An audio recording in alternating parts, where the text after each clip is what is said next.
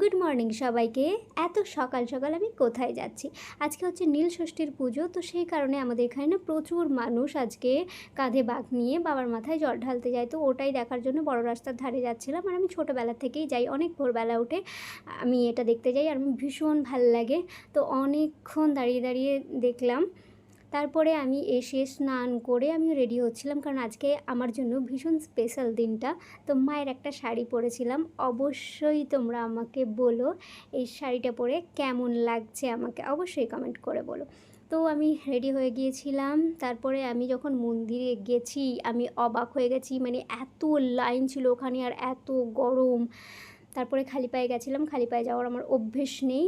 তো তারপরে গেছি, গিয়ে ভেতরে ঢুকে জল ঢাললাম বাবার মাথায়।